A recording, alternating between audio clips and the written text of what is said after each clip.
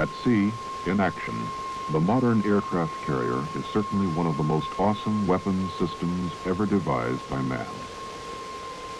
In the past 30 years, her performance, her presence on the oceans of the world has undoubtedly altered the course of history. As seen from the air, even when she's not launching aircraft, her clean, flat deck, rimmed with waiting planes, is a picture of power. Yet for all this vast strength, as real as it is apparent, a carrier at sea is extremely vulnerable. Since her striking arm requires the use of exotic fuels and powerful weapons, she's forced to carry with her the potential for her own destruction. It's all around her, on and below decks, waiting for a miscue, a careless error, or a tragic accident. On Saturday, July 29, 1967, the USS Forrestal was at Yankee Station off the coast of Vietnam. She was safely out of range of any hostile fire. For the men working topside, the break-in period passed quickly. Beginning with her initial combat strikes on July 24th, the Forrestal completed 700 sorties in 4 days. Now, on the 29th, the 5th day, she was getting ready again. In light of what eventually happened on deck that afternoon, it's only natural that some have looked back and questioned, wondered, specifically about the lack of safety procedures. The fueling that went on while some of the ordnance was still being armed or undergoing last-minute inspection. Crewmen strong-backing bombs into position instead of using the available hoist to do the job. The seemingly casual or relaxed attitude, with many of the men out of place or in areas where they didn't belong.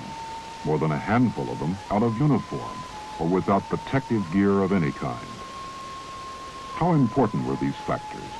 Were they part of an overall pattern that could end only in tragedy? Or weren't they important at all?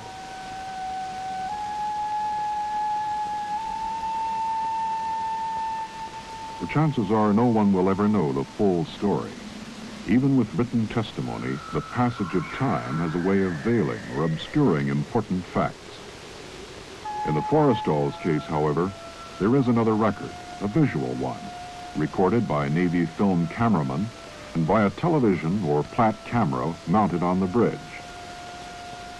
During launch and recovery operations, it's not unusual for a carrier to use several Platt cameras to record takeoffs and landings. Their electronic readout, which is fed to various parts of the ship, including the command plot, the bridge, and the communications center, is also recorded on magnetic tape for delayed playback at debriefings and critiques. Using that visual record, let's go back now to July 29, 1967. The time is 13:51 and counting. There, on deck. Somehow a Zuni rocket has been triggered, roaring across the flight deck and hitting an A-4 A sheet of flame from the A-4's ruptured fuel tank has enveloped the Skyhawk and her immediate neighbors. Behind that curtain of smoke, 2 1,000-pound bombs have already dropped from her wings onto the burning deck. Here, almost at mid-screen, we see a crash crew chief moving toward the flames with the Purple K fire extinguisher. His only thought, the trapped pilots in those planes. Fire! Fire! Fire! Fire on a flight deck! Fire on a flight deck! All hands, man your battle station! All hands, man your battle station! In order to control the fire, the captain orders the Forrestal to slow speed. Back on the flight deck, with precious seconds ticking away, things have started to go wrong. Fire has completely blanketed the stern fire main loop, making its plugs inaccessible, and the next to the last loop aft has developed pump trouble. The only alternative is to haul hoses aft from the forward stations, and this takes time, precious time. 13:52 and 43 seconds. The 2 main fire parties are now on deck working close to the flames, but so far only one hose is actually operating.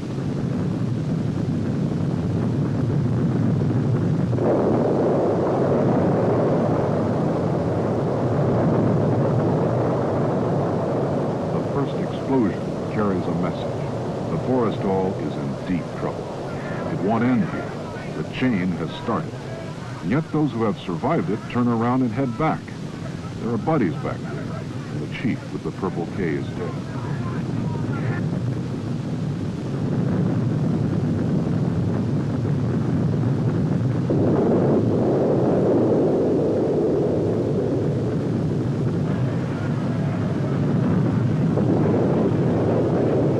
A fire at sea is the ultimate nightmare for any sailor.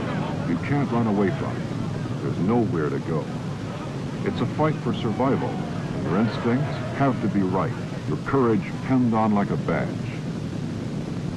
Following the third explosion, the first two fire parties had been virtually wiped out. The fire was now completely out of control. A great ship was on the verge of dying.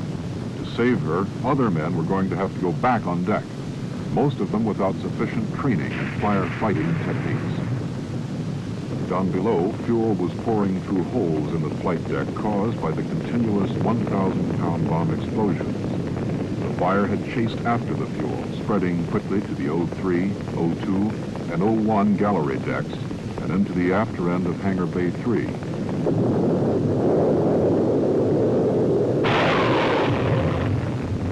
Topside, the only hope was that the explosions would somehow subside.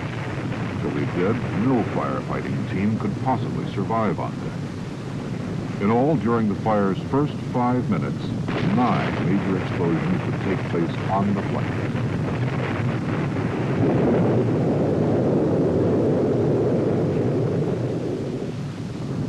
As the first of the injured were brought to safety in a sponson area, another relief party was already forming up. They knew what they needed most on deck, the foam hoses. For some unknown reason, one or more of the fog foam stations hadn't been initially charged.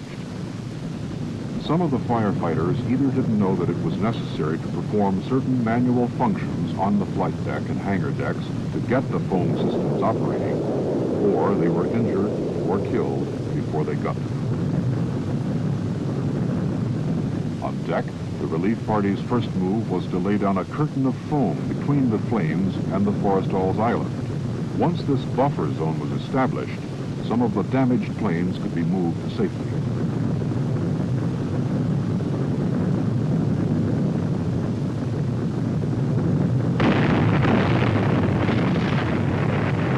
Along the port side, where most of the armed aircraft were parked, things were still out of control.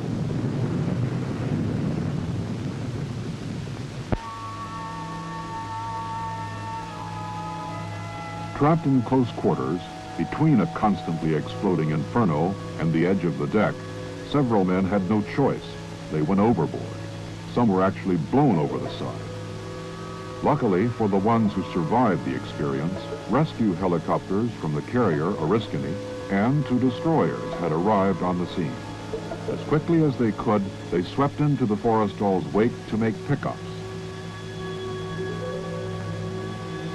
Here, on the lower left-hand corner of the flat camera picture, is further evidence of a successful team effort. Notice that a fog nozzle has been correctly brought into play over the heads of the firefighters to protect them as they work. Leadership and on-deck communications were early casualties of the Forrestal fire. Damage control and repair party personnel were often unidentified for long periods of time.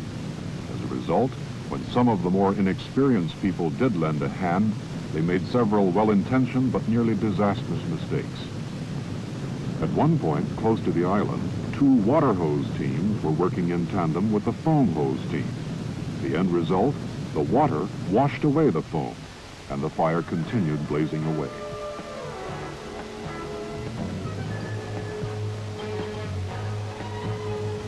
But whatever their faults, whatever mistakes they made, it's impossible to fault their courage.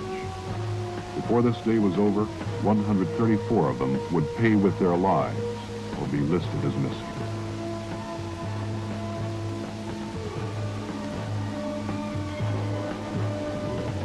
Due to the fire's suddenness and intensity, the sick bay filled up quickly with the injured. So quickly, in fact, that an emergency battle dressing station had to be set up on the forecastle. Less than an hour after the fire broke out, word came from Da Nang that the hospital ship Repose was on its way, and would be there the following morning. Meanwhile, the two destroyers in the immediate vicinity took turns moving in to supply what they could and continued picking up firefighters who had gone overboard.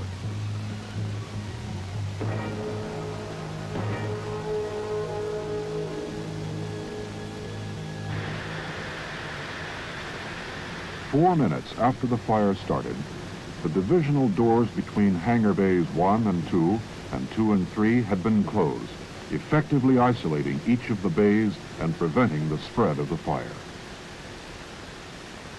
In hangar bay 3, the sprinkler system and some effective work with the foam hose kept the fire confined to the engine shop and the after end of the bay itself.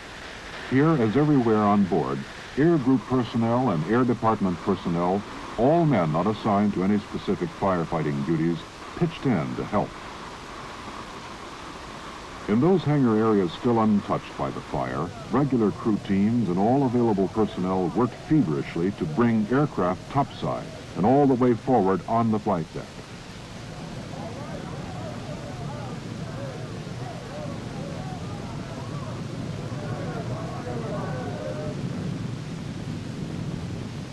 In one of the sponson areas, the firefighters had decided to stay with it. There were only two ways out, through the fire or over the side. They took the fire. They had no way of knowing that the fire boundaries had already been firmly established. If everyone played his cards right, it wouldn't spread any further. The flames could now be fought aft progressively, compartment by compartment, textbook fashion, until the fire was out.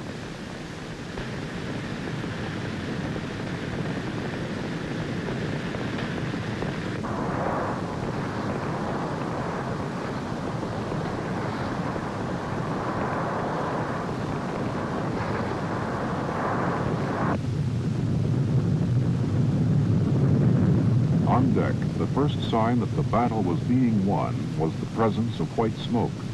Obviously, the foam and fog nozzle teams were doing an effective job. But here and there, several glaring errors were still being committed. Several hose teams had men who were without shirts or protective gear of any kind. A fuel tank explosion, close up, no matter how small, would have burned most of them to a crisp.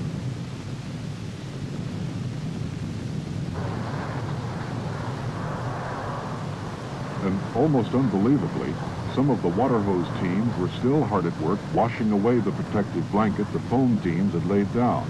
And here and there, black smoke had actually started rising again.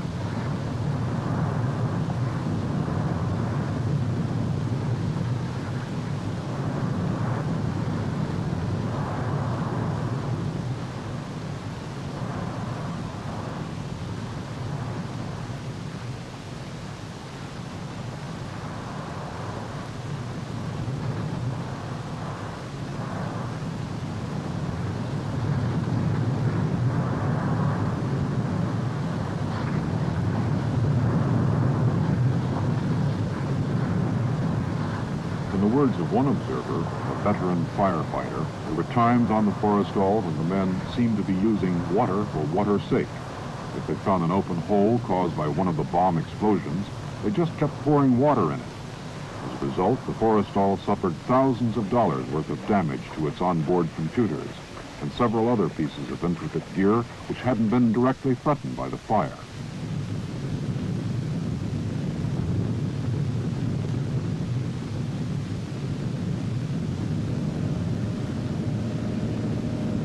By mid-afternoon, helicopters from the carriers Oriskany and Bonhomme Richard were arriving on deck with fresh foam and OBA canisters, and then taking the overflow of the Forrestal's wounded back with them to their sick bay areas.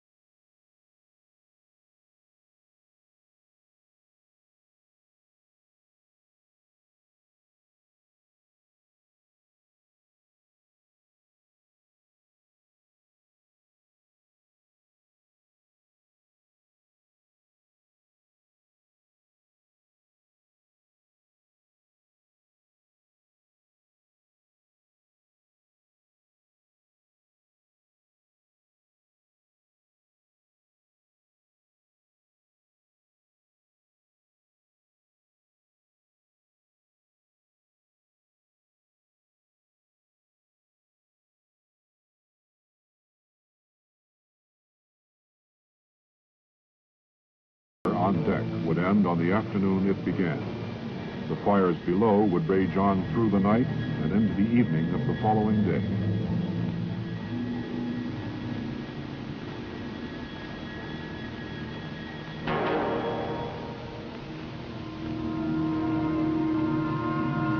The obvious lessons to be learned from the Forrestal tragedy are these.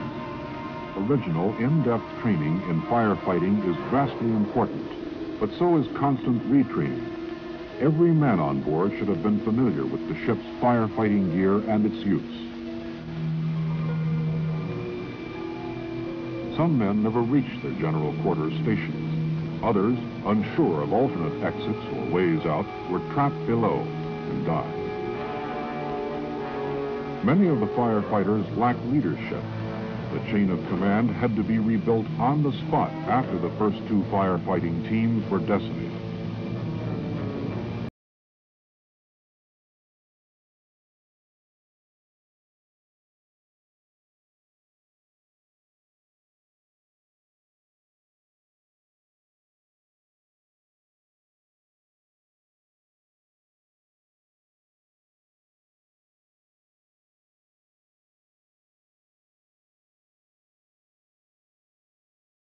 Untrained men would spray water across a foam blanket that was doing its job.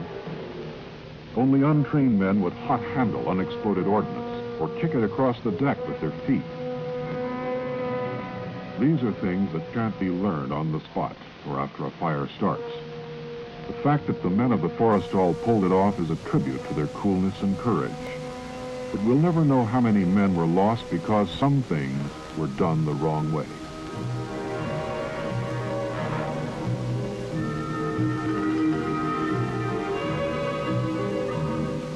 In all, 134 men were listed as killed or missing.